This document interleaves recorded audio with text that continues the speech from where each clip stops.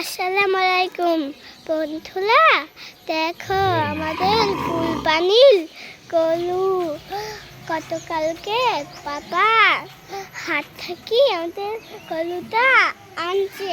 তোমরা জানি দোয়া করো যাতে আল্লাহ আমাদের কুরবানি কবুল করে, আমিন। আসসালামু আলাইকুম বন্ধুরা, আলহামদুলিল্লাহ।